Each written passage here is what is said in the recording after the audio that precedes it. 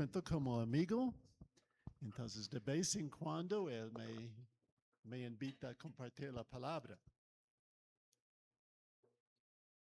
Por unos meses yo he estado estudiando el libro de Ruth. Entonces les invito a abrir sus Biblias y mantenerlos abiertos al libro de Ruth, porque este mensaje cubre todo el corrido de este libro. En el primer lugar, debemos saber que este ocurrió durante la época de los jueces. ¿Y qué significa eso para nosotros? No hay gobierno nacional. Todos los pueblos o regiones tenían su propio gobierno. Y de vez en cuando, este ciclo de lo que describe el libro de los jueces ocurrió. La gente vivía fiel a Dios y comenzaron a servirse a sí mismo y dejaron servir a Dios. Y cuando esto ocurrió, Dios mandó un enemigo, un desastre para llamarle la atención de la gente que Dios está diciendo con eso, me necesitas. Entonces, cuando eso ocurrió, la gente volvieron a servir a Dios y otra vez. Este es el ciclo del libro de los jueces y no sabemos en qué parte del libro de los jueces debe caer la historia de Ruth. Pero así fue. Y ocurrió, dice la palabra, aconteció en los días que gobernaban los jueces que hubo hambre en la tierra. Paramos un momentico a considerar la hambre en la tierra. Llueve 2 veces por año en Palestina, en los meses de abril, mayo y en los meses octubre, noviembre. Entonces, la siega de trigo y de cebada es de 79 días. Mira lo tanto que investigué. Y hay 2 cosechas en el año en el Medio Oriente. Uno en lo que llamamos la primavera y el otro más cerca a Navidad. Entonces uno está anticipando, contando que la lluvia caiga durante la época cuando ocurre eso. Y si llueve, todo bien. Vamos a tener trigo, cebada. Eso significa hay pan en la casa. Entonces todo sale bien. Pero cuando la palabra dice hambre, este significa que no ha llovido. Ahora, otro punto que yo encontré que es muy importante, llueve en estas 2 épocas en el año 88% de las veces el clima es igual. Pero 12% del tiempo, es decir, 12% del tiempo no llueve. Ustedes pueden imaginar lo que pasa a la economía nacional cuando no hay lluvia. No hay razón sembrar. Si no hay siembra, no hay matas que están creciendo. Si no hay matas, no hay cosecha. Si no hay cosecha, no hay trigo. Si no hay trigo, no hay pan. Entonces, cuando la palabra dice en el versículo 1 que hubo hambre en la tierra, todo esto está en el trasfondo de esta historia, porque llegó un tiempo de hambre, un tiempo en lo que Dios está diciendo, oiga Israel, supuestamente soy su Dios y ustedes no me están sirviendo. Ahora, en nuestra historia, y un varón de Belén, el mismo Belén de donde nació Jesús, de Judá, fue a morar en los campos de Moab, en un mapa de Palestina. Moab está al lado oriental del Mar Muerto. ¿Lo tiene en su mente más o menos? y más hacia el sur de Belén. Entonces, para poder llegar a Belén, ellos tenían que cruzar, pasar cerca donde está Jerusalén hoy en día, y después de pasar el Mar Muerto, bajar hacia el sur para llegar a Moab. Bíblicamente, la gente de Moab son primos de mucha distancia, pero son primos de los judíos. Muy interesante eso. Él y su mujer y los dos hijos suyos. El nombre de aquel varón era Elimelech y de su mujer Noemí, y los nombres de sus hijos eran Malón y Kelión. Efrateos de Belén de Judá llegaron pues a los campos de Moab y se quedaron allí. Hay muy interesante en el Antiguo Testamento. Es que los nombres tienen significado y generalmente reflejan algo cuando el escritor de esta obra, el libro de Ruth, los incluye. Y este es lo que significa. Elimelech significa Dios es mi rey. Qué bonito, ¿cierto? Ser un hombre que tiene un nombre donde vaya Elimelech. Dios es mi rey. Si él va a este lado del mundo, Dios es mi rey. Entonces, no importa dónde se vaya, Dios es mi rey. Muy bonito este nombre. De vez en cuando yo encuentro una persona que tiene el mismo nombre. Y Noemí, aquí está mi esposa de casi 48 años.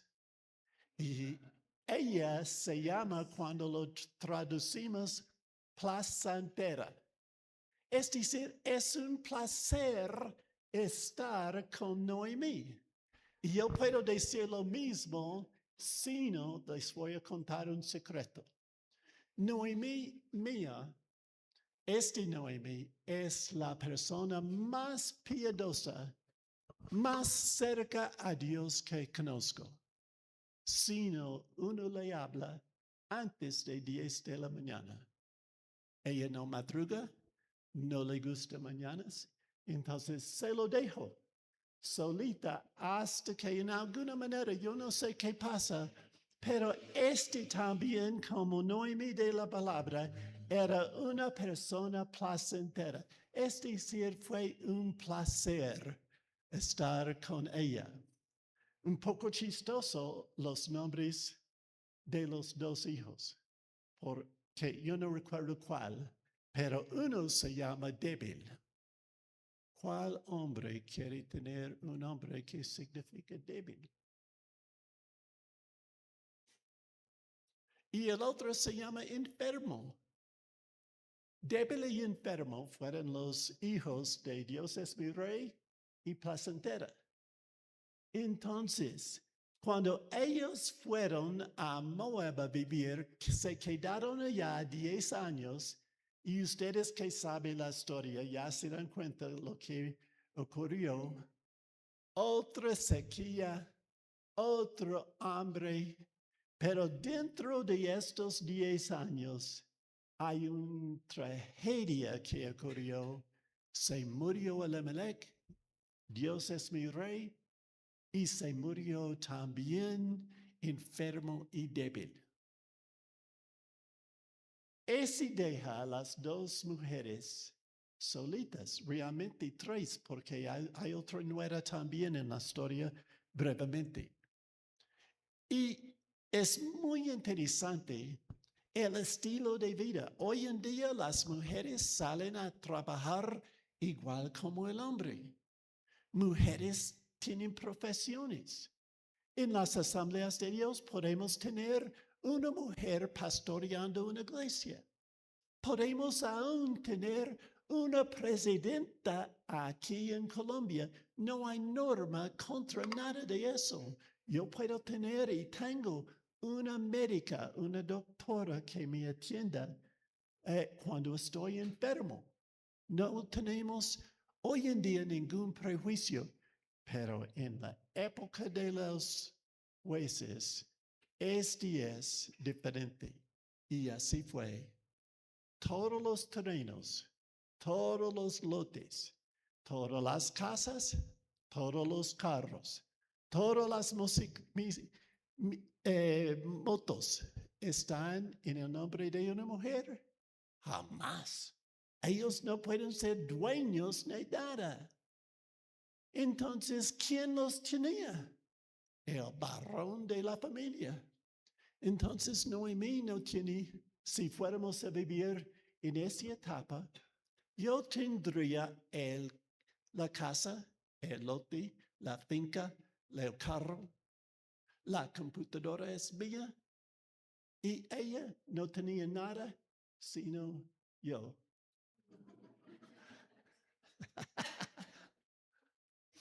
¿Y qué pasa cuando muere Elimelech? ¿Qué debe pasar el lote a los dos hijos, enfermo y débil? Pero enfermo y débil también murieron. Entonces, ¿qué debe pasar donde no hay otro hombre a que pasar la herencia o a la propiedad de la familia? Esa es una de las crisis a la cual este libro se dirige. Y no solamente eso, según la tradición y según el libro de Levítico y Números, el hijo siguiente debe casarse con la viuda. Digamos, Elimelech y Noemí tenían más que 2 hijos y uno sobrevivió. Hijo número 3 va a casarse con Ruth. Y Ruth y ese tercer hijo puede recibir la herencia del papá que murió. ¿Están conmigo? Es complicado, ¿cierto? Entonces, pero no hay tercer hijo. No hay primero ni segundo hijo. Ellos tienen lote, pero no les pertenece en las escrituras. Ellos no tienen cómo. Y además, las mujeres se dedicaban al trabajo de la casa, la preparación. Todo este oficio de la casa manejaba una mujer. Hoy en día, Noemí no me plancha las camisas. ¿Cierto, Noemí? No le gusta planchar. Pero en esa época, Noemí va a saber automáticamente que su deber es planchar, hacer los baños, todo eso. Mira la crisis en lo que está Noemí placentera y Ruth que se llama amiga. Qué bonito, ¿cierto? Una amiga y una placentera están en la misma olla. De no tener hombres en sus vidas y no tener comida. Otra época de hambre. Entonces, ¿qué deciden hacer aquí al fin del capítulo 1 del libro 1? Placentera, Noemí y Ruth, amiga placentera y amigas, deciden devolverse a Belén, de donde estaba Noemí. Y cuando llegan, la gente que se recordaba de Noemí dijeron, qué bueno tenerle, por fin ha llegado a su casa, aquí le recibimos con brazos abiertos. Y Noemí dijo a ellos, no me llamen placentero, de ahora y adelante me llaman amargara. Qué cambio. Y con eso comenzamos a entender el corazón y la situación de la vida de placentera Noemí y amiga Ruth. Yo no sé cuántos de ustedes han perdido un cónyuge, un esposo a una esposa. Por estar en el ministerio, yo he tenido que, y yo digo, ha tenido que, porque es muy doloroso aún para el pastor cuando él, o ella, según el género del pastor o pastora, tiene que visitar una persona cuando uno de los esposos. Lo más feo que yo he tenido en el ministerio fue un caso de abandono. El hombre se fue sin decir nada con otra mujer y dejó la señora con la casa que no estaba terminado de pagar, con los 2 hijos, y ella estaba, no hay palabras de describir el dolor, el desánimo que estaba en esa situación en el momento. Él nunca comenzó a ayudar a sostener los 2 hijos y la señora juiciosa y fielmente creyó los 2 hijos, pero lo hizo solita. Y ese es el peor caso de dolor de lo que recuerdo. Yo recuerdo el día en lo que ella me contó todo eso en medio de lágrimas y casi gritos de tristeza. Esa noche yo no tenía la capacidad de dormirme. Y cuando después, por allí 2 de la madrugada, por fin me dormí. Cuando me levanté en la mañana, yo no quería salir de la cama. Y todos de nosotros, desafortunadamente, tenemos que pasar por estos momentos donde no podemos sentir los brazos ni las piernas porque no hay nada más, sino esta angustia, esta tormenta, este dolor. Y Noemí había perdido el esposo, había perdido los 2 hijos y no tenía nadie para que Pan entrara a la casa. No hay ingreso y no hay manera, aunque tenía un lote, era en el sentido de la cultura, era una mujer rica o por lo menos adecuada, pero no tenía cómo liquidar este terreno para que haya una entrada o algo para ayudarla a sostenerse. Si me hago entender todo eso, por causa de este sistema de solo hombres y toca tener el tercer hijo como esposo. Ruth sola, Noemí sola y ningún hombre para salir y trabajar todos los días. Entonces, esta es la historia de capítulo 1. Que digo con respeto, espero que nunca, que cada uno de ustedes le toca tener una situación de tragedia, de accidentes, de enfermedad, de abandono, de tener un cónyuge que no es fiel o que muera, algo que le va a causar tanto dolor como experimentó Noemí y Ruth. Pero no hay promesas en esta vida y muchas veces me hace bravo considerar cuando la gente del mundo cree, y este es un cristiano que está sufriendo tanto. Ese no tiene nada que ver con nuestra santidad, con nuestra situación con el Señor.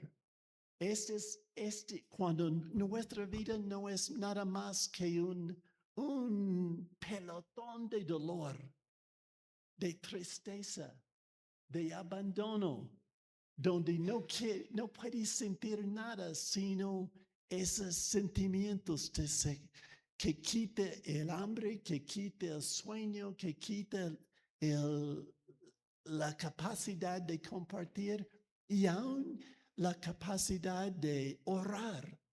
Yo no sé si ustedes y yo por el ministerio, cuando alguien está muriendo aún, muchas veces la mayoría, hay paz con la persona, pero cuando hay tanto dolor en este cuerpo, tanto que no puede dirigirse hacia Dios y una persona puede doler tanto que pierde la capacidad de orar por sí mismo.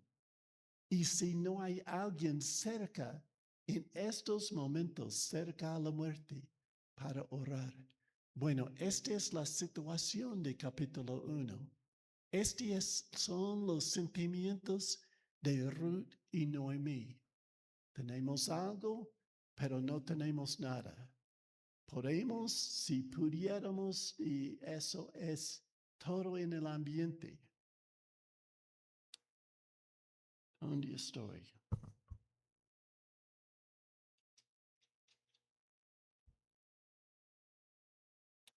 Capítulo 2 es donde estamos. Tenía Noemí un pariente de su marido, hombre rico de la familia de Elimelech, y a él, el cual se llamaba Boz, B-O-Z. Es muy interesante que Boz aparece 2 veces en el Antiguo Testamento. Aquí en esta historia. Y cuando Salomón construyó el templo, él dio nombre a 2 de las columnas principales y uno se llama Boz. Y en la literatura, me parece, perdón este desvío, me pareció muy interesante que tampoco aparece el nombre Boz de los rabís, esta literatura extensa que está, pero algo semejante aparece, Boziel, B-W-Z-I-E-L. ¿Y qué significa eso? Boz en sí significa fortaleza, un hombre bien fuerte. Y si fuera que Boz era, digamos, un apodo de Boziel, porque Boziel significa Dios es mi fortaleza. Qué bonito sería eso. Noemí, si tenemos otro hijo. No, pues ya estamos viejos. Pero Boziel sería un nombre muy bonito. Dios es mi fortaleza. Y ese fue el hombre que va a aparecer, versículo 2. Y Ruth la Moabita dijo a Noemí, te ruego que me dejes ir al campo y recogeré espigas en pos de aquel a cuyos ojos hallaré gracias. Y ella le respondió, ve, hija mía. Es muy interesante. La cosecha es ¿cuántos días? 79. Entonces la lluvia, todo bien. Y este es el proceso. La primera fila de obreros tiene la responsabilidad de cortar. Ustedes han visto uno de estos aparatos grandes que con un cuchillo que tiene una curva y el obrero va así todo el tiempo. Él está haciendo eso, cortando el trigo, cortando la cebada, así, todo el día. ¿Ustedes pueden imaginar trabajando tan duro así? Atrás de esta primera fila de obreros, 2 pasos atrás, digamos, hay otra fila de obreros que recogen todo lo que los primeros obreros habían cortado. y lo armen así y en alguna manera tomen una de las matas y lo usan así para que el día siguiente van a pasar el camión. No, el camión no, sino en alguna manera para recoger. Y en la tercera fila, según lo que la Biblia manda, hay pobres, hay mujeres que están allí recogiendo lo que sobró de la primera y la segunda fila. Entonces, en esta tercera fila estaban los viejos, los pobres, recogiendo lo que generosamente lo habían dejado o por olvidar. Entonces siempre sobra algo. Y cuando Noemí pidió permiso, cuando Ruth pidió permiso de Ruth, este es lo que ocurrió. Entonces, cuando Ruth salió a hacer eso, Boaz llegó a su finca. Debe haber sido una finca muy grande porque tenía varios obreros.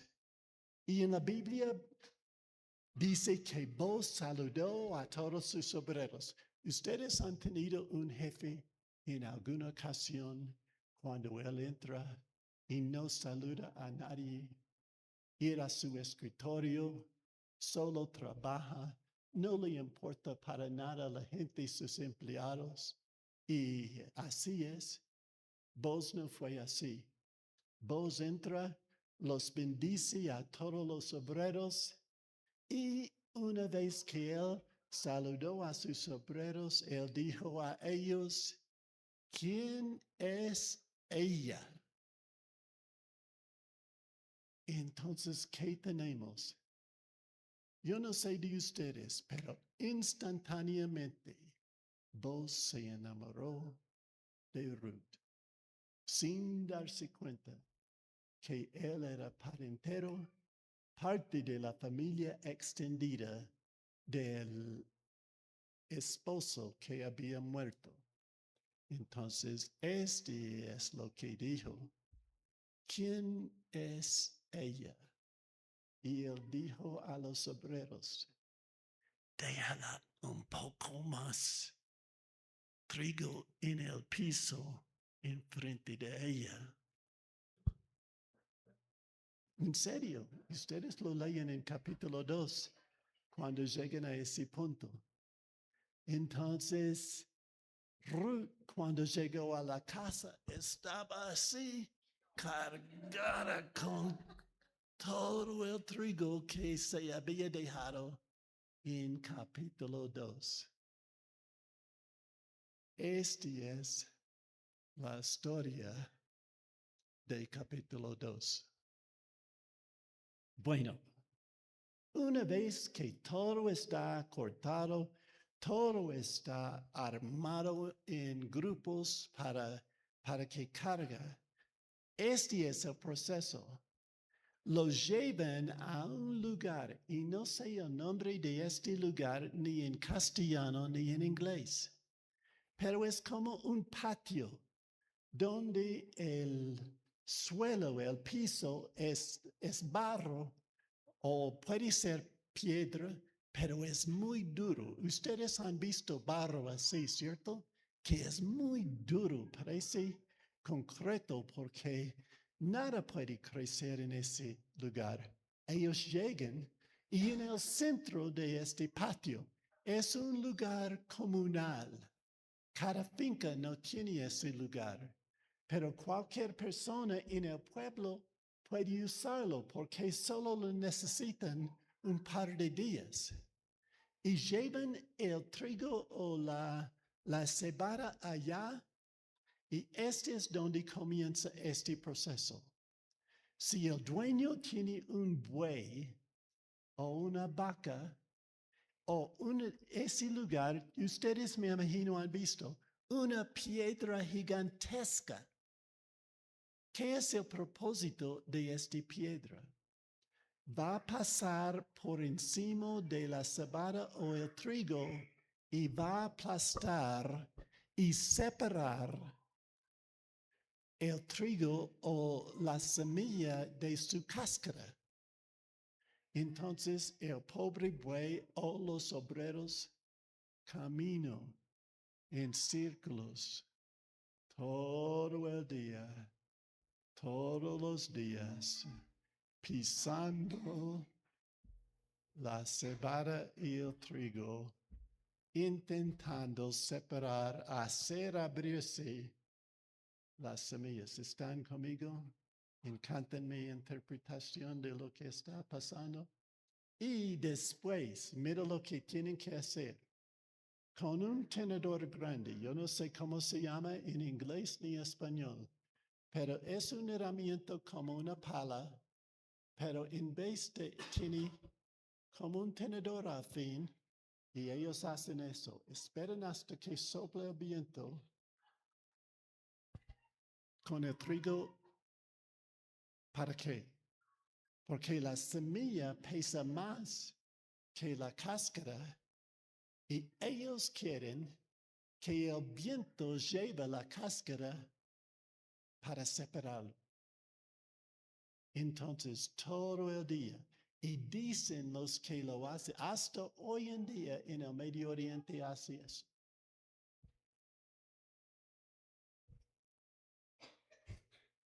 Por allá está el buey y por aquí lo que el buey se abrió y todo el día. Una vez, cuando yo era nuevo misionero, estamos fundiendo el piso de un nuevo templo. Y así fue mi tarea todo el día. Teníamos este aparato que hace concreto y me pusieron a hacer eso. Llenar este aparato. Todo mi cuerpo dolía al fin de ese día. Ese fue. Vos era uno de estos que trabajaba con sus mismos obreros. No era ese jefe que va a la oficina, deja a los obreros trabajar, sale a regañarlos, sale para gritar a ellos. Así no fue. Él se metió y allí fue. Todo el día. Bueno, al fin de día,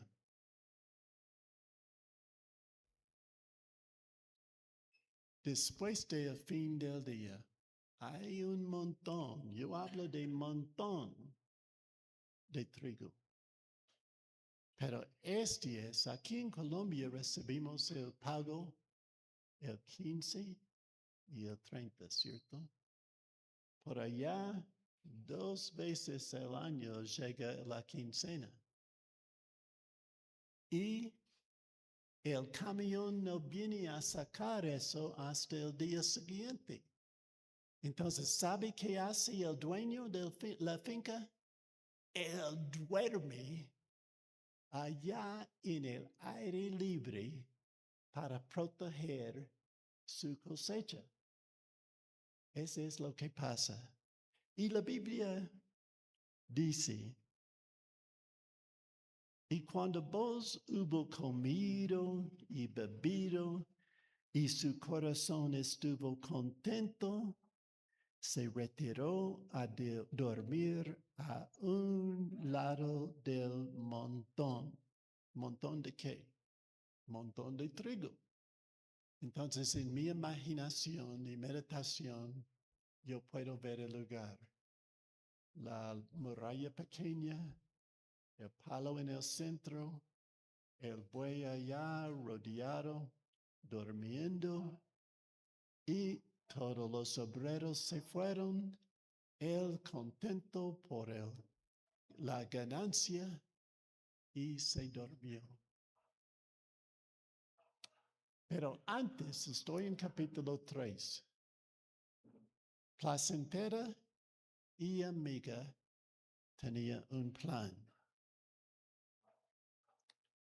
Después le dijo su suegra Noemí, hija mía, ¿no he de buscar hogar para ti, para que te vaya bien? Es decir, aquí conmigo vas a morir de hambre, porque no tenemos con quién ni cómo. ¿No es vos nuestro pariente con cuyas criadas tú has estado? He aquí el valiente esta noche la parva de las cebadas. Te lavarás, pues, y te ungirás, y visitándote tus vestidos, irás a la era, mas no te darás a conocer al varón hasta que él haya acabado de comer y de beber. Y cuando él se acueste, notarás el lugar donde se acueste. Y irás y descubrirás sus pies, y te acostarás allí, y él te dirá lo que haya de hacer. Ya voy a versículo 8. Y aconteció que a la medianoche se estremeció aquel hombre y se volvió, y he aquí una mujer estaba acostada a sus pies. Mire el plan de Ruth. Porque vos debes ser una de las personas que dice a Ruth, yo soy tu familiar. Si quiere, me caso contigo. Y ustedes saben, en esa época los varones pueden tener más que una esposa. Y esta es parte de la razón. Él debe haber sido ser uno de ellos que había dicho, Ruth, venga conmigo. Y sabemos de capítulo 2, él se enamoró al punto de verla, pero nadie lo hizo. Y Ruth y Noemí bien te voy a poner mi vestido más elegante y acostarme a los pies del hombre. Imagínate eso, sin tener ganas sexuales, nada de eso. Él se acostó allí a los pies de él. Me hace recordar una vez cuando Noemí pasaba por la etapa de las mujeres. Y ellas tienen esa etapa, tiempos cuando están muy calientes, ¿cierto? Tienen mucho calor. Y enseguida tienen tiempos de frío. Y otro tiempo muy emocional. Yo en la cama contento, cubierto con sábana y cobija. Y ¡fum! No, y me quita todas las... Ella estaba dormida. Y yo así en Bogotá temblando por el frío. Y 15 minutos más tarde, aquí viene ¡fum! Todas las sábanas, todas las cobijas vienen al lado mío. Frío, caliente, emociones, no me molestes. Así es. No, Ruth estaba demasiado joven por esto, pero imagínate esto. Ella estaba a los pies de vos y poco a poco el frío así y ella va así cogiendo más y más del manto de vos o de esa cobija, lo que sea. Y lo que ocurrió en la Biblia. Se estremeció aquel hombre y se volvió, y aquí una mujer estaba acostada a sus pies. Entonces él dijo, ¿quién eres? Y ella respondió, yo soy Ruth, tu sierva. Extiende el borde de tu capa sobre tu sierva. Y este punto a donde quería llegar en este mensaje. Cúbreme, Señor, aún con el borde de su manto. Este es basta para mí. En los momentos cuando estamos sufriendo, cuando se murió la esposa o el esposo, cuando nos abandonó y se fue este tipo y nos dejó con nada sino 2 hijos. Señor, cúbreme con el borde de tu manto. Ese debe ser nuestra reacción en los momentos de crisis en nuestra vida. No vamos a olvidar de Dios. Muchos lo hacen. Muchos no siguen al Señor cuando algo malo ocurrió a ellos. Y para mí, en el estudio de este libro, cuando yo llegué a estas palabras, extiende el borde de su capa. ¿Qué significa borde? Voy a intentar levantarme. Este es el borde de mi pantalón. Este poca parte. Ustedes que tienen jeans pueden ver los hilos amarillos en el borde de su. Este es el borde. Ella está diciendo, cúbreme con tanto de su cobija. Cúbreme, Señor, con el bordecito de la presencia de tu Espíritu Santo. Este me basta, Señor, que tú haces eso. Este es el mensaje con que te quiero dejar esta mañana. Aunque no he terminado el mensaje, este es el punto con que quiero que salgas de aquí. Cuando te pasa algo, repita estas palabras.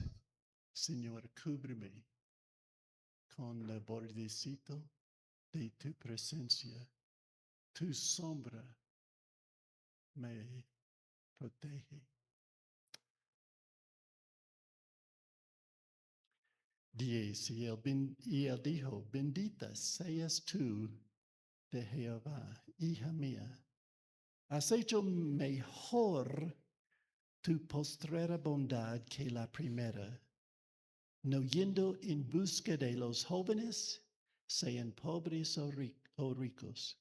Ahora pues, no temas, hija mía, yo haré contigo lo que tú digas. Yo haré contigo lo que digas. Y ustedes recuerdan la lección que les di.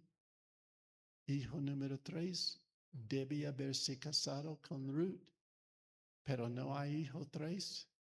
Entonces la tarea corresponde al primo más cercano, que era Boaz, y una persona más cerca en el árbol familiar de Elimelech y sus hijos. Entonces, ¿qué hizo Boaz el día siguiente? Él fue a la entrada de la ciudad. La entrada de la ciudad fue como el centro.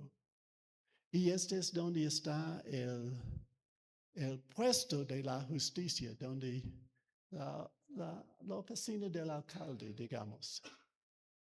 Hay una persona que debe haber protegido Noemi y Ruth por matrimonio. Pero mira cómo hizo la pregunta Boaz cuando la otra persona llegó. Oiga, ¿tú quieres comprar el lote que era de Elimelech y de sus hijos? Y el otro varón dijo, claro que sí, yo quiero comprar el lote. ¡Qué bueno! Hazlo. Si no, tienes que casarse con Ruth. Y él dijo, ay no, yo no quiero otra mujer. No quiero otra silla a la mesa. Yo no quiero otra mandona. Quién sabe qué estaba pensando, pero él al fin dijo, no quiero comprarlo. Y vos, yo lo haré entonces.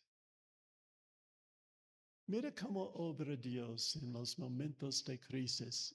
Podemos decir aún que Dios dejaba esta tragedia ocurrir en la vida de Ruth y Noemi, porque ustedes saben qué pasó.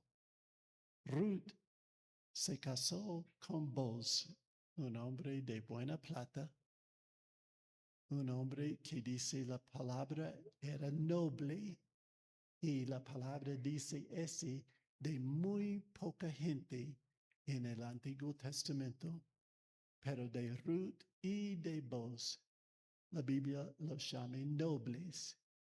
Entonces, una familia digna, sana, y mira qué pasó.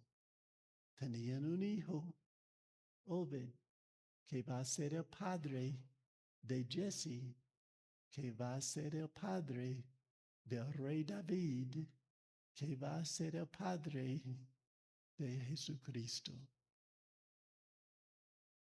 ¿Y qué pasa si David y Ruth habían tenido hijos? El hijo había recibido la finca y tenía la responsabilidad de cuidar a su mamá. Y esta historia nunca.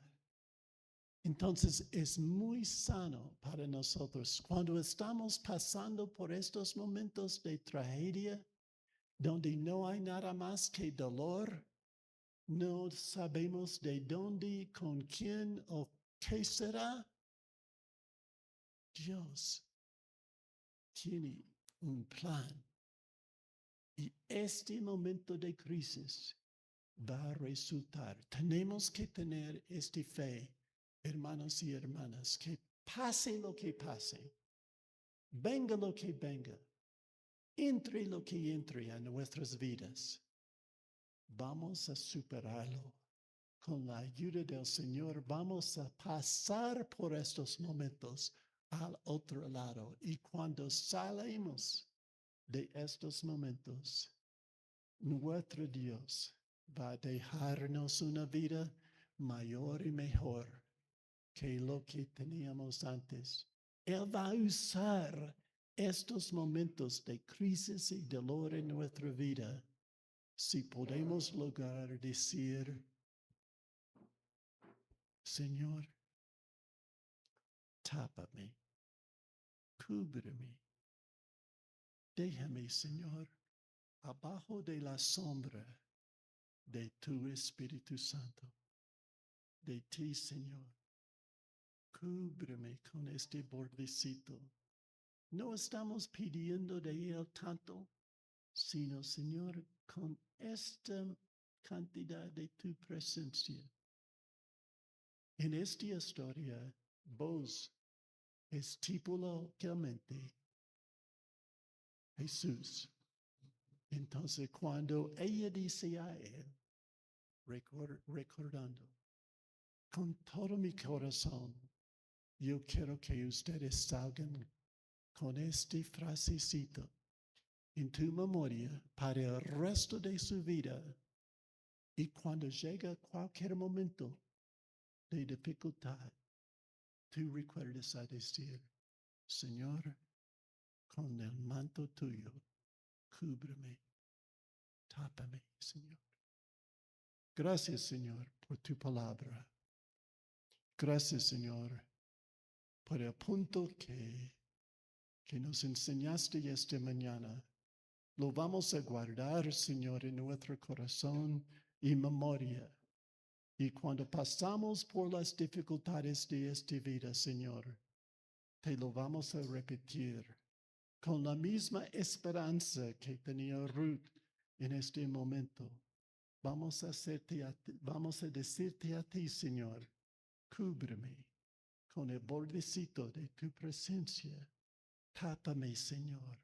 Dame un pocotico de tu cobija, un pocotico de tu sombra, para que yo pudiera salir de este momento de crisis, de dolor en mi vida.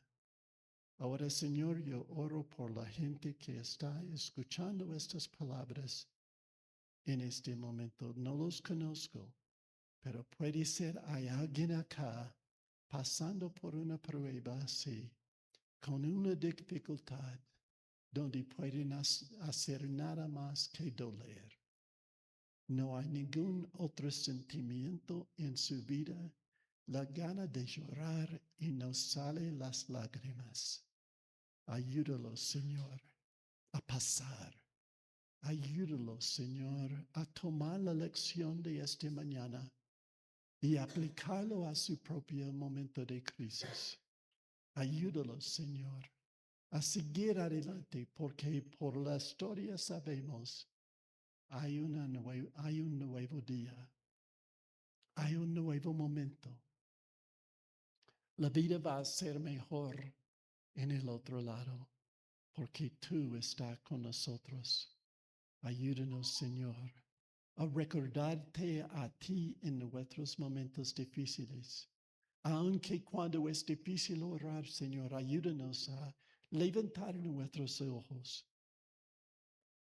a ti, Señor, que es nuestra ayuda. Si hay alguien acá esta mañana, ministrale a ellos, Señor, en este mismo momento por medio de la presencia de tu Espíritu Santo. Y cuando pasamos nosotros por estos momentos también, Señor, ayúdanos a recordar. Cúbreme, Señor, con el borde de tu presencia. Señor, también si hay alguien acá esta mañana que no te conoce como Salvador personal, pido, Señor, que en este momento tú entres al corazón de ellos. Hágalo, Señor, en tu nombre oramos. Gracias, Señor. Te pido bendición sobre esta iglesia, sobre Pastor Adrián y su esposa. En el nombre de Jesús oramos. Amén y amén. Muchas bendiciones, hermano, por escucharme.